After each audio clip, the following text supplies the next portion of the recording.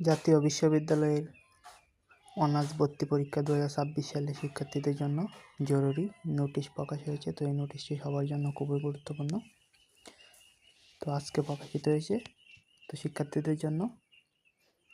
তো কি বলা হয়েছে চলো দেখে নেওয়া যাক। তো সন্ধ্যার পর শিক্ষার্থীদের বাড়ির বাইরে ঘোরাঘুরি কমিয়ে পড়ার টেবিলে ফেরাতে শিক্ষক ও অভিভাবকদের সমন্বয়ে বিশেষ মোটিভেশনাল বা সচেতনমূলক কার্যক্রম পরিচালনার নির্দেশ দেওয়া হয়েছে।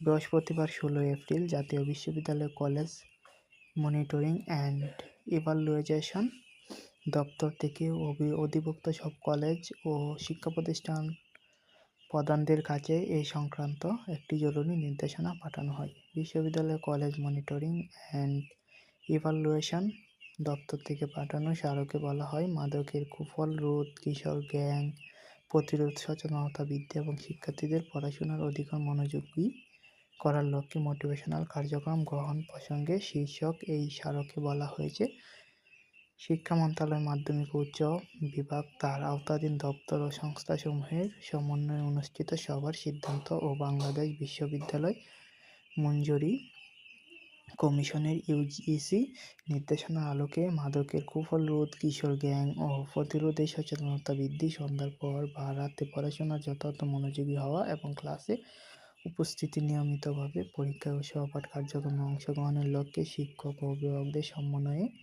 গড়ে করে কলেজের নিজস্ব ব্যবস্থাপনা সচেতনমূলক প্রোগ্রাম আয়োজনে প্রয়োজনীয় মোটিভেশনাল কার্যক্রম গ্রহণ করার জন্য বিশ্ববিদ্যালয় ভাইস চ্যান্সেলর ভিসি কর্তৃক আদিষ্ট হয়ে অনুরোধ করা হলো।